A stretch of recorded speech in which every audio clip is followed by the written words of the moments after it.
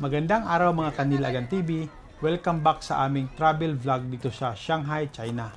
For today's video, pupunta tayo sa isa sa pinakamagandang event ng spring, ang Shanghai International Flower Show 2026. At ang pupuntahan namin ay ang main venue ay ang Banjing Garden sa Hangpu. Sabi nila, sobrang dami ng flowers dito. Sobrang colorful at perfect talaga for family walk, picture taking at relaxing day. Spring season kasi dito sa Shanghai, kaya perfect timing para pumunta sa mga flower festival. Excited na kami, lalo ng mga bata, dahil mahilig sila sa nature at open park. Tara, samahan nyo kami sa isang relaxing, colorful at magandang family day. Sumakay kami ng Metro Line 14. Napaka-convenient talaga mag-travel at mag-walk dito sa Shanghai. Halos lahat ng pupuntahan mo, pagbaba mo pa lang na metro, doon ka na agad. At mura pa ang pamasahe, sobrang linis ang paligid at ramdam mo ang safe kahit maglakad-lakad ka. Halatang well-organized at commuter-friendly ang city. At bumaba kami sa Yuyuan Garden. Paglabas pa lang ng station, ramdam na agad ang spring vibes. Presko ang hangin at ang daming tao na pupunta sa flower show. Pagdating namin sa venue, wow! Sobrang daming beautiful flower. Parang buong park naging makulay. May tulips, roses, daisies, at kung ano-ano pang colorful na bulaklak. Para kang naglalakad sa isang fairy tale garden. Perfect talaga ito para sa family bonding at picture taking. Kahit saan ka tumingin, ang ganda ng background. Napansin ko talaga tuwing spring dito sa Shanghai, parang buong city nagiging garden. Kahit sa street may flower na may decoration pa. Sobrang excited na kami kasi makita kung gaano kaganda ang main venue ng flower show. First time namin pumunta sa Banjing Garden, kaya sabay-sabay natin explore. Makikita mo agad ang malalaking flower display sa entrance. May gitnang may giant flower sculpture, may arc na puro bulaklak at sobrang daming tao nagpa-picture. Talagang family friendly itong place. Ang daming parents na may stroller, couples na nagde-date at syempre mga photographer. Ngayon, naglalakad tayo sa garden path. Ang ganda ng design ng park. May maliit na pathway na napapalibutan ng flower. Iba-iba rin ang kulay. Red, yellow, purple, pink, white. Parang rainbow sa lupa. Habang naglalakad kami, sobrang relaxing. Walang stress, walang ingay ng city, pure nature vibes lang.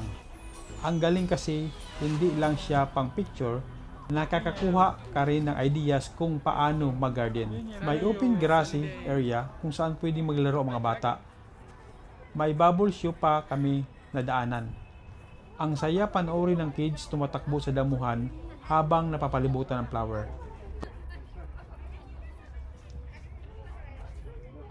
Perfect family bonding place.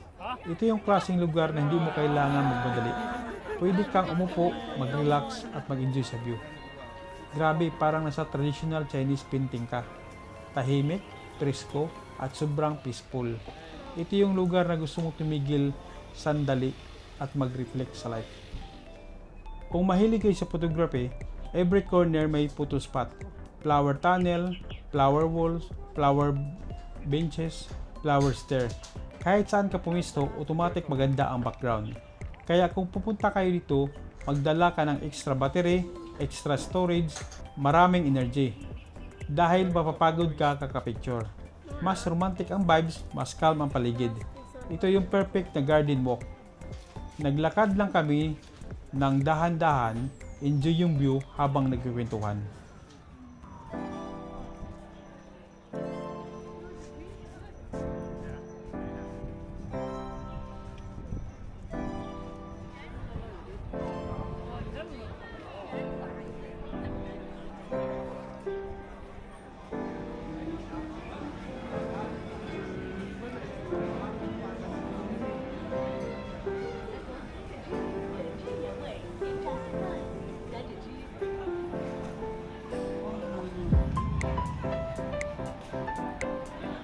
After ng garden walk, nag-food trip naman kami.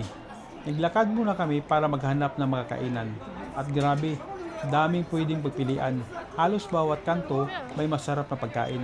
Kaya nahirapan kami talagang pumili.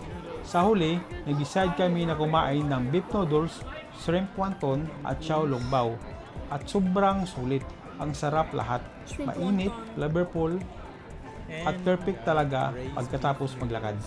Siyempre, hindi mawawala yung drinks. Uminom kami ng fresh lemon tea at creamy na milk tea. Perfect pang banlaw at pang relax pagkatapos kumain.